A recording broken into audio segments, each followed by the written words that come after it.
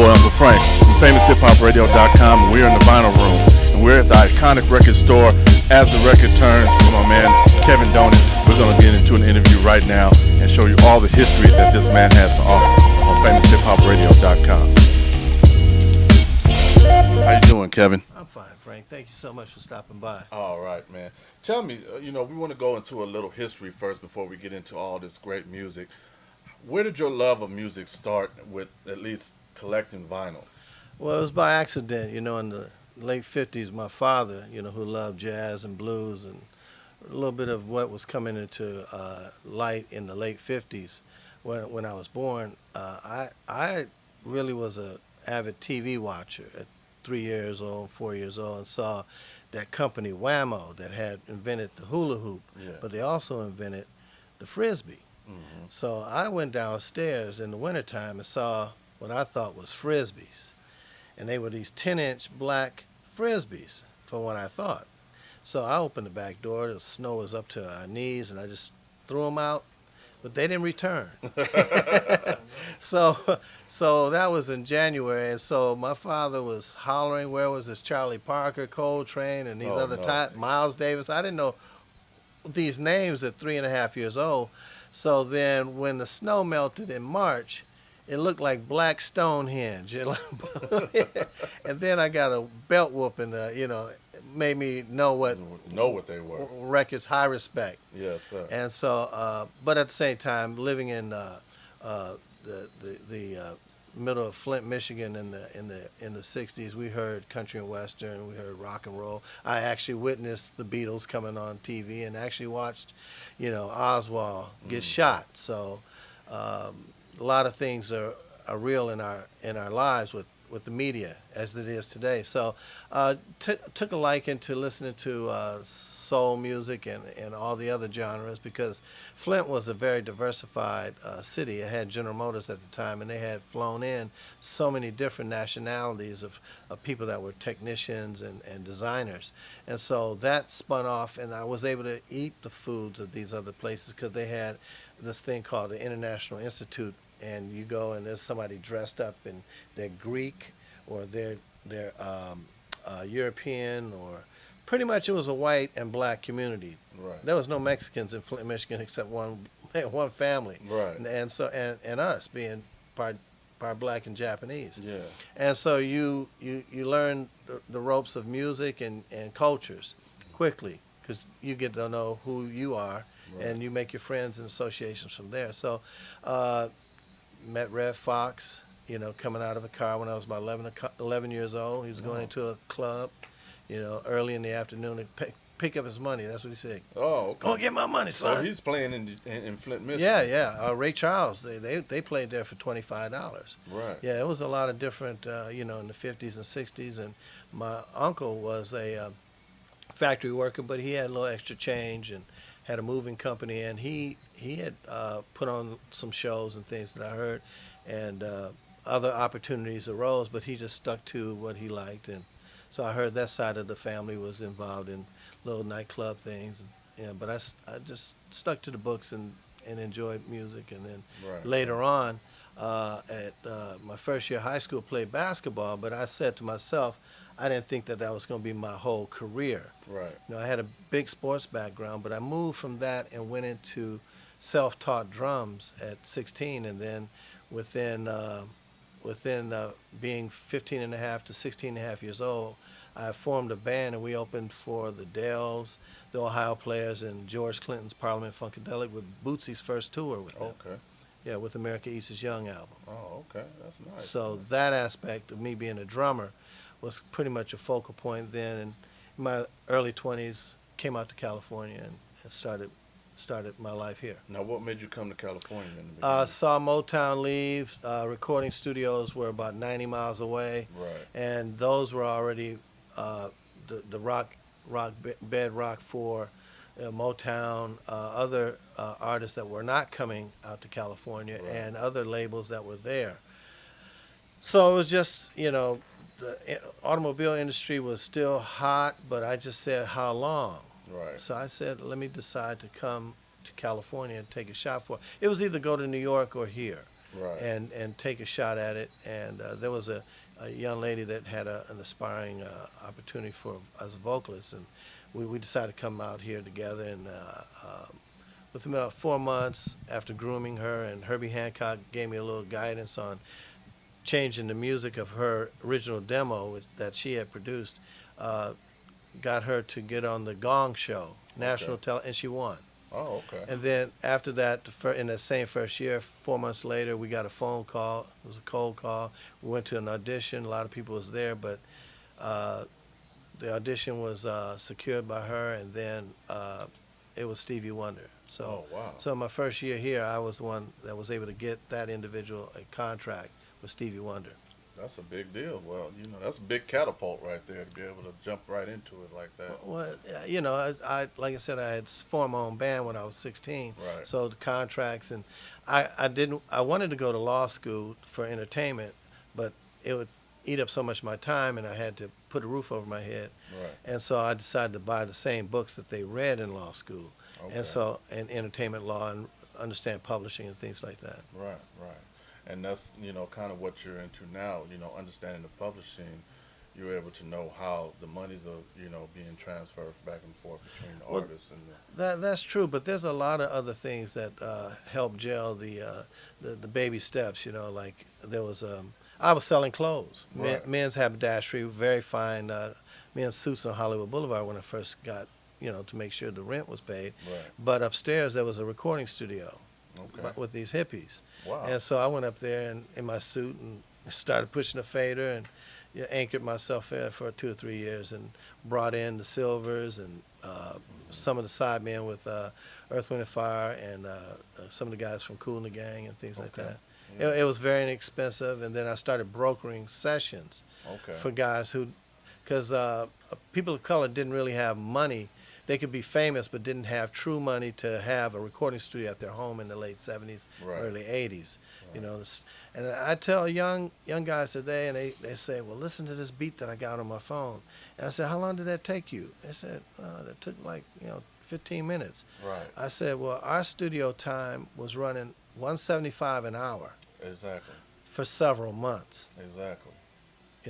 till you got it right. And that's the difference between today and yesterday. It's a lot of things have changed. The quality of the music has changed. The quality of the sound of music has also changed. Mhm. And a lot of guys I know, like Dave Aaron and different big engineers, they've tore down their big studios because there's just not people coming in to pay those high dollars for those studios for these cats that are doing it on their phone pretty much. Yeah. I went to a studio where I brought in Michael Jackson's drummer, Right. Jonathan Sugarfoot Moffett, and that was at Larrabee Sound Studios. I had Barney Perkins, who was very famous with so many recordings. He was the best drum engineer you could find in town. Mm-hmm. And took him into the control room, and he asked me to play the track first. I said, well, he said, I heard you play drums before. Yeah. I said, okay. But my point is, it was a huge room.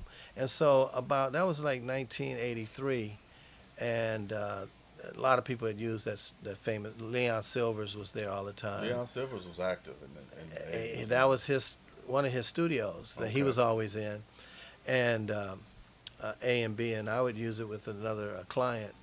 And Record Plant was down the street, and Westlake, a lot of Devonshire, a lot of the famous studios. And those were like $150, $175 an hour, Right. no deals. Right. And so what happened is that at that point, what I recall is that Dr. Dre had asked me to come in to see him at a session, and that same room. And this is like 83. So it's about 10 years later, I walk into the same room. They had redesigned it. Because I remember I opened the door one time in 83, and leaning on the door, I hit his head was Don Cornelius. He was listening to my session. I was like, oh, okay. What you doing? Because it was like about actually 8 feet from the pathway to go to that door. So for me to hit him, he committed to have his ear on leaning the door, listening to some music that I was producing for a client. And he said, oh, I'm sorry, but man, that sounds pretty great. I said, well, thank you. So this time I'm walking in the room with Dr. Dre, and the whole room has been changed. The console room is made larger Wow. for them to hang out. And I actually had stepped on Snoop Dogg, who was sleeping on the floor. Sleeping on the floor in the studio. Just had, just working around the clock. That was Right. where his album was not out yet. His very first album was not Right. out yet. Right. Yeah, this was like 93, I think.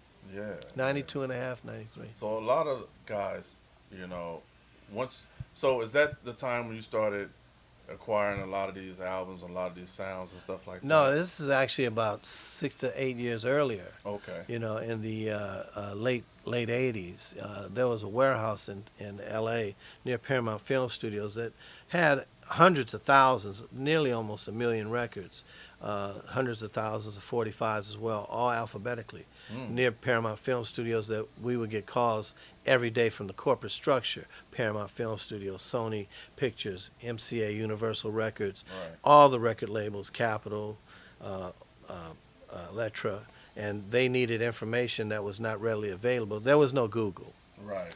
And so I was able to see, because the warehouse was literally not open for the public. We were like a mail order service, and everything was pretty much really clean.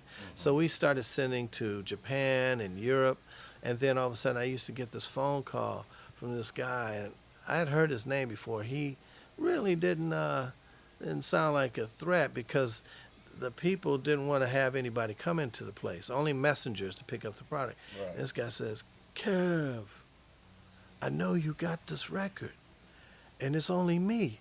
I said, "Well, who is me?" "Biz Markie." I said, "Who again?" I heard the name, and I wasn't a big rap MTV person. Right. I'm in the studio or working. Right. So I'm like, "Biz Markie, huh?" "Yeah, it's Biz Markie, and I know you have this 45. I just want to come in and get it, but I'm in Baltimore." Oh, I said, "But I'm coming out there." And I said, "Oh, well, I don't know if we have it open to the public." "Well, can you please open the door for me if I get there?" So that happened. Yeah. And so he was literally one of the first walk-in rap artists that I was dealing with. We're still friends today. Oh, okay. Yeah. So yeah, that explains it. So word of mouth goes around, and Howie people T start- was calling, but we were federally expressing him 2-3 times a week. Right. He did Roxanne, Right. and he did what's that very famous one? I'm Gonna Sex You Up. I think. Yeah. Color Me Bad. Yeah. He Yeah. produced that. Oh, okay. Yeah. Yeah.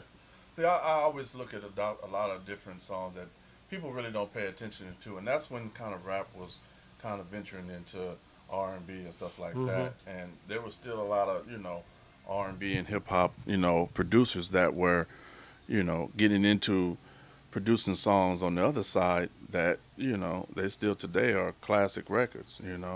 So tell me about some of these classic records we got here in the back here. I know there's thousands of them, but we got some special ones here. I'm gonna pull out some that I really feel really proud about, because I work with some of these artists.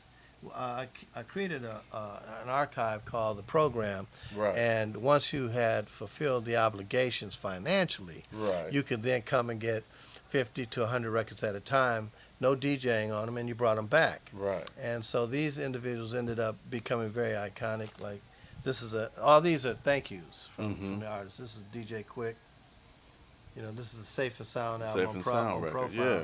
Yeah. I'm plastered on this one. Mm-hmm. Yeah. I remember a lot of those joints, so I got to go back and listen to them and hear where all those samples and all those mixes I hear in there. That record, I know where they came from. And now. well, here's another thing of the reason why maybe a lot of people out there are saying, "Well, who is this guy?" I had turned down interviews Right. for 8 years Right. during the 90s, because that was one of the first questions that they would ask. Who is this guy? Not who is this guy, what samples did you give him?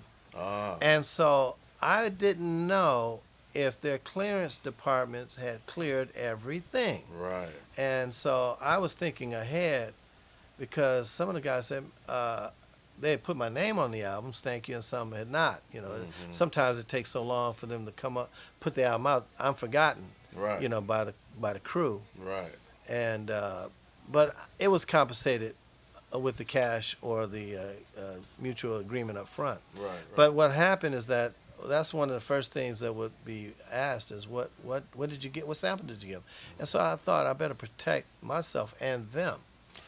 So and then back in that time too, that's when it was really going through the whole, legality Correct. of copyrights and hip hop, because it was so sample heavy in the beginning that a lot of artists didn't know that they, were even doing it, and then they were going back, similar to James Brown and George Clinton and a lot of these guys Right. that were real sample heavy, trying to recoup, what these records were making from hip hop. right.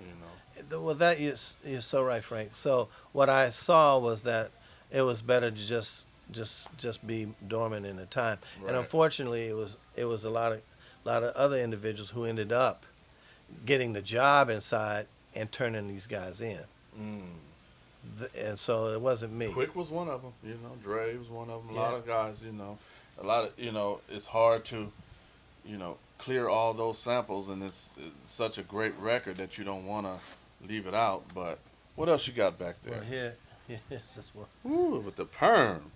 This is Biz Markie. Yeah.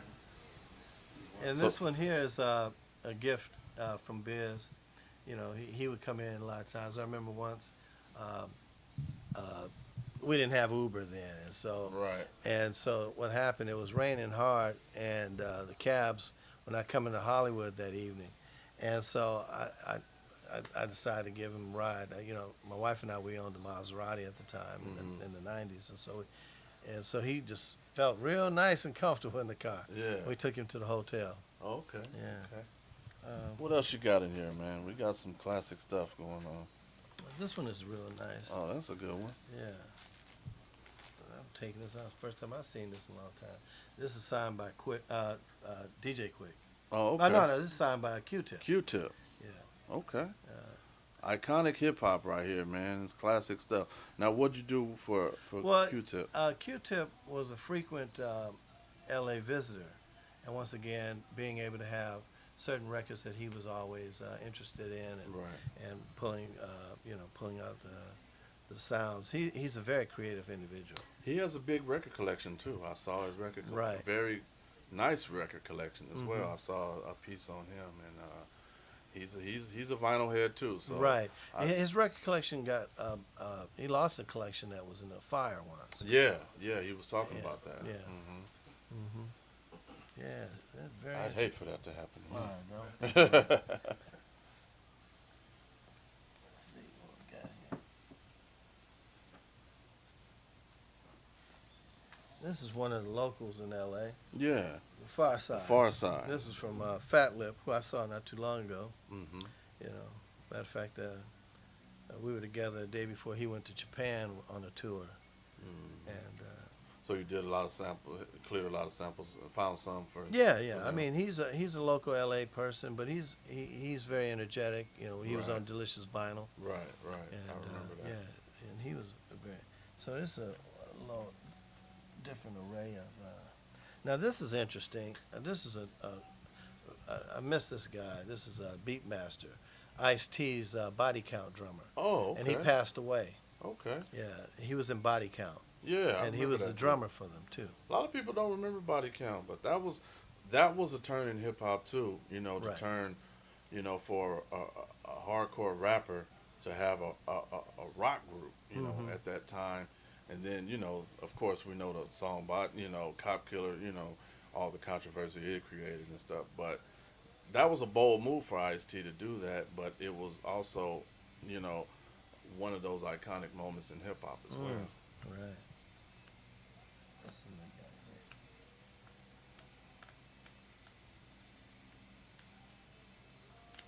This one is Little Pete Rock. yeah, this is a classic. Yeah. Pete Rock. Pete New Rock York is City. still smooth. Mm-hmm. Now, was he part of the program? Pete Rock was a very intellectual record collector. His father was a radio DJ too, Okay. and an avid collector of music.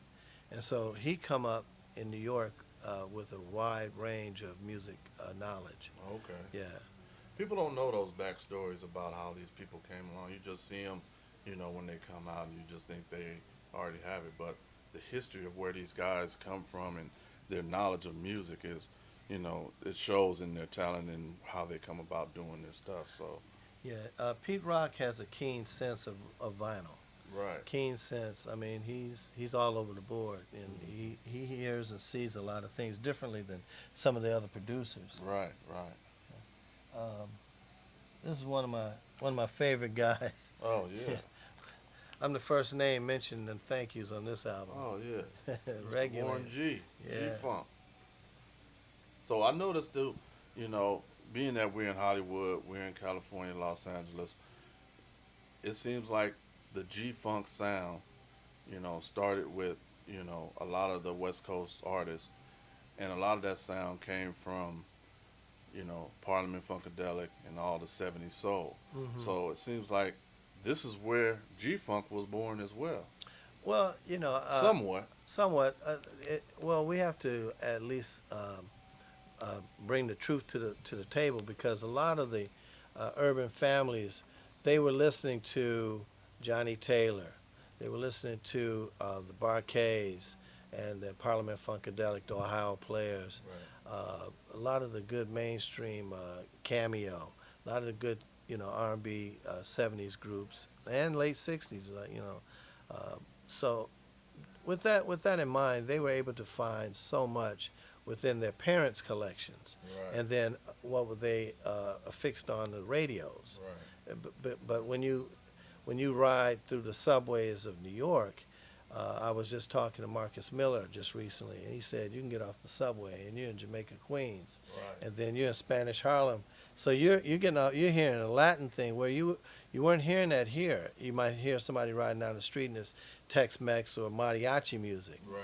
You're not going to hear Willie Bobo or Pancho Sanchez or Right. Tito Rodriguez. So here you had a hotbed of records that the distributors sent, because the commitments to the radio stations were playing R&B and soul and blues, at the stations in L.A. Right. in the Right. Southwest. Right. Yeah. And then I've got one last one here that I think maybe the people out there would like. And this is one particular individual that we started a music venture together. Yeah, just speaking about G-Funk, there you are. Yeah. Mr. Dr. Dre himself. What does that say? Man, Kevin, thanks for your help. Stay up. Because he definitely needed your help to get that sound out. So you worked on both records for both Chronics. Side by side on pretty much like a good 4 years of Death Row Records. Right. And it petered off in the last year because, as you can see in the Straight Outta Compton, he was focused on, finding a new direction. Right. And then after that, he had messengers to come by and pick up things that he already had his mind on. Right. You right. know. Okay. And Okay. yeah, that's So so now- that's basically, this is one of the pinnacle albums that I really enjoyed, and have a couple friends that ended up from my hometown, Dwight D. Lamont, Big Pimpin' Yeah. Williams. He wrote. We went to kindergarten together. He's on the Chronic and Snoop's album and some other Okay. stuff. Yeah. So you got some good history with this record. Oh yeah. Okay. That was the record that was playing in every car in Los Angeles at the time when it came out. I was right down the street at the Palladium one night, weekend when it came out, and every single car that passed by was playing that record.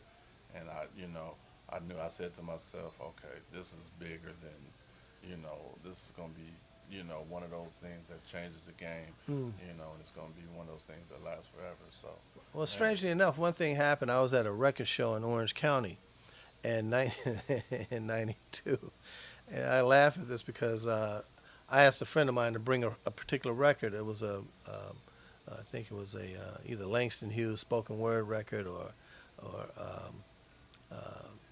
H. Rap Brown and Last Poets. He asked him to bring those for me, and this is 1992. So he went to his car and unlocked the trunk, and we was going to sit and stand and chat for about 5-10 minutes, and he turned the car on, and there was this music just oozing out the speakers. And so I said, "Who is that?" He said, "You don't know who that is? You worked on that." I said, "Well, who's that?" He said, "That's the Chronic." I said, "Yeah, I've been, working with certain people in the beginning, and when they go to mix and stuff, I'm just way down the road on something doing else." Your job Yeah. Yeah. So that's beautiful, man. So man, I look around all this stuff, and it's just so much history in here. I'm sure every record has, some kind of story to it because, I'm looking around. And it's like I'm an avid, vinyl collector myself, so I look around too, and I'm like, wow, I wish I had that. Wow, I wish I had that. You know what I mean? So where, how do you go about, getting a lot of this music here? Well, as you can see, a lot of it is decades old and still sealed.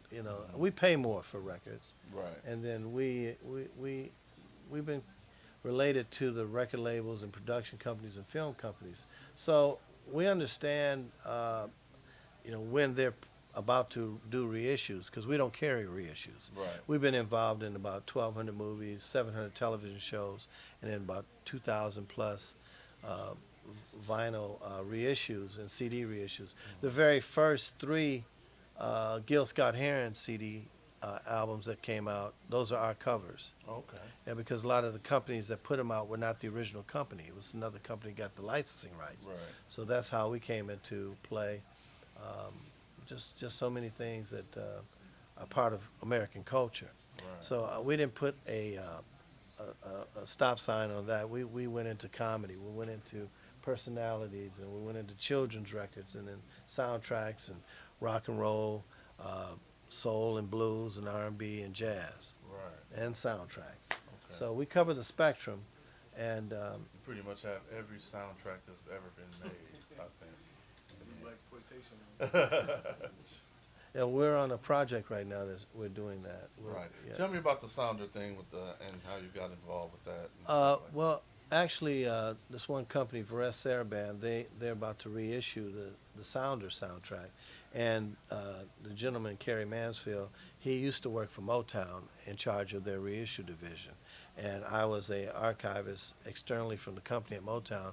So every time they needed something, the artwork that was on the album covers and optional A-sides or B-sides that were white promos, the strings are different or the production is different on a promotional record in some cases, or they wanted to use it as a bonus track. So with that said, we would always stay in touch, and from the Smokey Robinson and Miracles package, the box sets on Motown, the Master Series, Mary Wells, everything, Supremes, the Temptations, Marvin Gaye box sets. Having my name on a few things is like more rewarding, Right. Coming from the Motown era and area. Especially being from Michigan. Yeah, and so when I see Smokey, he knows, Yeah, and yeah. so and Barry Gordy, same thing. He poked me in the stomach last time, he was like, because he's on a good diet and I'm not. Right. I know that's right. But he's got good living Right, up in right. Bel Air. Good living. Right. Yeah, good living. So you've been able to work with, pretty much, everybody in the music game. Is it anybody in particular that you were kind of like, wow, I just met this guy, or wow, this has been a dream of mine to Well, Quincy Jones. Quincy Jones. Quincy Jones, when my name appeared on one of his albums, I was like, Wow. I'm done. Right, Yeah, right. I've arrived. Right. I got out the music business in '83 and doing charity work and other things. I was a videographer, Mhm. and in Washington D.C., self-taught. A lot of things I pick up the manual, and you just got to Right. go for it. Right. But a friend of mine wanted me to produce some records that he said are never going to go to radio. But we're going to use the same musicians as Quincy and Michael Jackson and Madonna and Right. Elton John. So I knew those musicians because I sold instruments to them. Okay. Matter of fact, I sold Lenny Kravitz's first electric guitar when he was 14. Wow. He looked like Michael from Good Times. Yeah. He was just 14. Wow. But he that guitar movement that we had that exchange, and it was a very nice opportunity for him, because he was able to go into an electric style from his acoustic guitar. But I got into producing some music. Leon Haywood was always around in places that we were going and things like that. And so using those same studios. Then one day the owner of the company, and I was watching some boxing, and he's like a Mike Tyson in size. He said, I was in the Army, and I used to box. He said, why don't we close the studio up and go into boxing business? I'm watching watching Wide World of Sports on Saturday, and Monday I'm in a suit. He and I in the gym at Joe Louis Gym in Venice, California, at a boxing gym. Wow. So flip the script. We're going to be boxing managers. So we stayed in there for about 3 weeks, and then this one tall guy comes up and says, I hear you guys are looking for a fighter. And this gym didn't have any ventilation. I was just I was beat up, and I said, where is he? And he took it like an insult. He said, it's me, Marvin Campbell, IBF Cruiserweight Champion of the world. Yeah. Well, using those skills in writing contracts for music, later that week we signed him. Okay. And so I was the youngest co-manager of a world champion and trainer.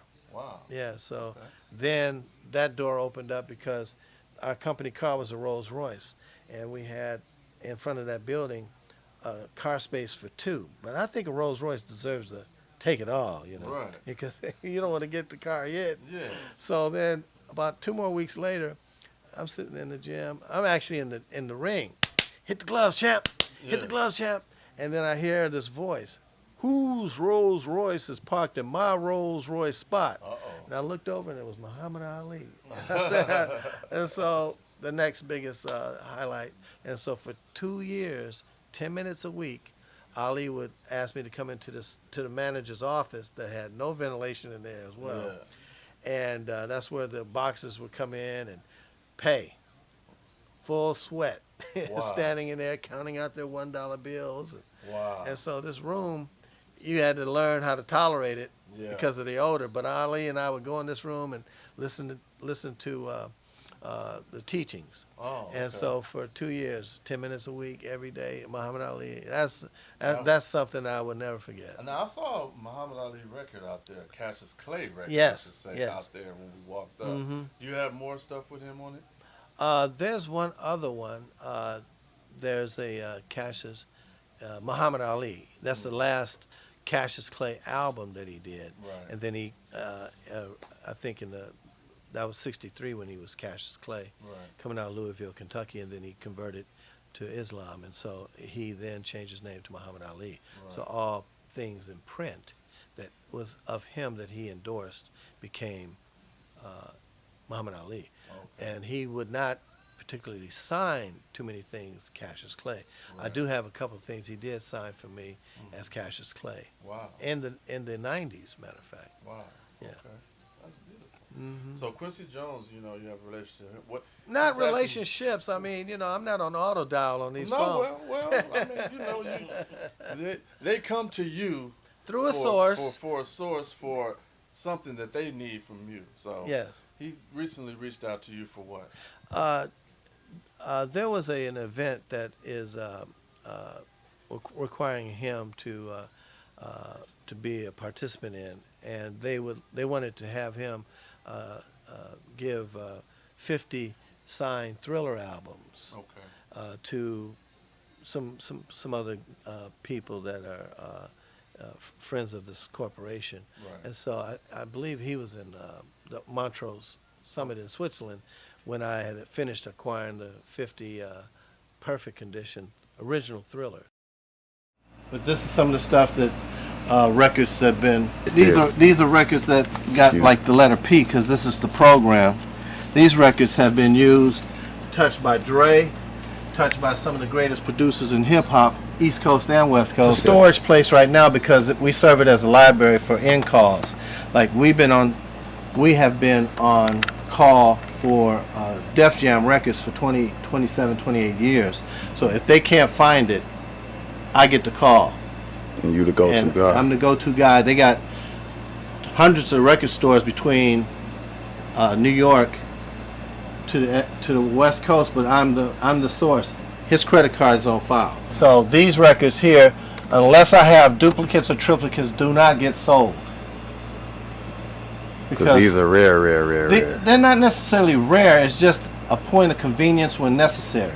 Okay. I mean, I got this whole row is all drummers, just drums, just drummers.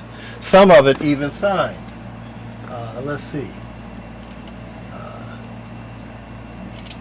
Legendary drummer Bernard Purdy, signed. And if people don't know who he is, he's the one, when you hear the song Rock Steady by Aretha Franklin, he's the one that created a dynamic accent with the hi-hat. He's been drumming for, he's one of the most recorded drummers in the world, and have even recorded for the Beatles. It's been, great opportunities. I mean, there's a lot of people I miss. Sammy Davis Jr. Yeah. I got a chance to meet, and Bobby Womack was a dear friend. You know, I used to find studios for Bobby, and just people that have passed on. You know, and right. We pray for good health. And over the years, you just take it with the bitter with the sweet. Right. And of course, you know how volatile the rap industry was. So somebody you could be seeing at an event like a Tupac or a Biggie, and all of a sudden you read the paper the next following week they're gone. And there's so much great talent, But I tell other people, can you walk over to the piano and hit the note A? Right. At least have your foundations, because this industry, whether it's in film, writing, publishing, acting, music, turns at a blink of an eye. Yeah, and you got to have your foundations somewhere. Right. These records don't talk back to me. Right. So when I see Lust for Life with Kirk Douglas. Right, I see that. Yeah, I met him. Okay. So when I see the Shaft album. Right. With Richard Roundtree, I met him. Right. When I see the Kung Fu album. Wow. With David Carradine. I've never seen that. I met him. Yeah, so when I see All in the Family, Archie Bunker, I met him. Yeah. So Eartha Kitt over here. Yeah. Who played Catwoman in the TV series Batman. Right. I met her. Right. So. Richard Pryor? You met Richard Pryor? I met Richard Pryor on the fly. Yeah. Some people always lie. Right. Yeah, we had drinks and things. Yeah, I tell it like it go. Yeah. He came to Flint, Michigan, and I gave the story away just too soon there. Right. My brother graduated a year behind me, and so I went to his graduation, and it was outdoors, summer festive thing, June, and there was a girl that lived 2 blocks away from us all her life, on Parkway Street. Her name was Renee Hightower, and so. My brother's last name is Donan, so I sat through ceremoniously. And then there's Renee Hightower. And they said, and the next one is for Miss Renee Hightower. A gentleman stood up in the crowd and said, "That's my daughter." And that was Richard Pryor. Wow. So I didn't meet Richard Pryor. Right. I just said, "That's Richard Pryor." Wow. Yeah. That's crazy. Yeah. So, man, I'm enjoying being around all this vinyl, man. I wish we could just sit here for hours and talk about this stuff. I think I need to just put a recorder by your side and just let you just tell all these stories, because, we can do this, man, forever. Well, Frank, you have a passion, and that's why, like I said earlier, I don't take interviews. Yeah. I give interviews. I appreciate it. To the IRS and other people. Yeah, right. But Yeah. But we when I met Jay-Z, he didn't realize I owned a third of Show Me What You Got with him. He was like, "You own that?" I'm like, right. Yeah. There's things that I've been very fortunate. I have a lovely wife, Monette, who's been by my side, through thick and thin. Right. And so, we've been to about 28, 29 countries, because I remember Miss Calloway, my kindergarten teacher in Flint, Michigan. She reminded me of the woman woman that was pleasingly plump, that dressed in a Sunday best, and she had a Cadillac in 1960, and then she just said, "See the world," and nobody guessed that, she was trying to explain how it was different in Europe, Right. and how it was different in other parts of the world. And so when you hear these things from your teachers, and I paid attention. Right. When they said, do your homework, I did my homework. Sometimes before I left the class. So I would then leave class. I got my library card when I was legal age and went down there and read the other book that they didn't let you read in the public school system about Daniel Boone or Davy Crockett, Right. or Napoleon Bonaparte. So you hear the other sides of it. They were tax evaders, and Right. that's why they left and went to the Alamo. And people say, they were standing up for the country. No, they were they were fleeing. They killed Indians and Right. stuff like that. So we have to embrace information when we get it, but you have to be open to get it. Right. And you have to be out there to get it. Right. And so that's why, when I walk into other people's record stores, I can tell within 30 seconds to a minute what they're capable of having. Right. Whether I'm walking in the cobblestone streets of Brussels and Bruges, Right. or I'm in Munich, or I'm in Beijing, or Japan in the stores, or Singapore, or New Zealand, or Australia, and Right. Paris. So these are things I saw as a kid watching these TV shows that were directors who thought that they should do these movies. And I thought, well, maybe I should go see this. Right. Because Miss Calloway was a big inspiration. Miss Battle, Right. Mr. Tardy, my basketball coach. Right. He was my algebra coach, too. Right. Because if you didn't have good grades, you weren't playing on the team. Man, I got a lot of mentors like that too. So it's good that you say stuff like that, because those are the people that really put that foundation in you to do what you Family always, was able to be a bedrock of that, Right, and that's right. what counts. That's beautiful. Mhm. Well, I appreciate you, man. I thank you for allowing me Frank, the thank pleasure you of so doing much, this, man. man. It's been a pleasure, man. Thank you. Man, Mr. Kevin Donan, as the record turns in Hollywood, this man is an iconic figure in music and in entertainment. Please, man, pay ode to him as much as you can. And this is the Vinyl Room on Famous Hip Hop Radio. And I'm Uncle Frank, and I'll see you guys later. Thank you.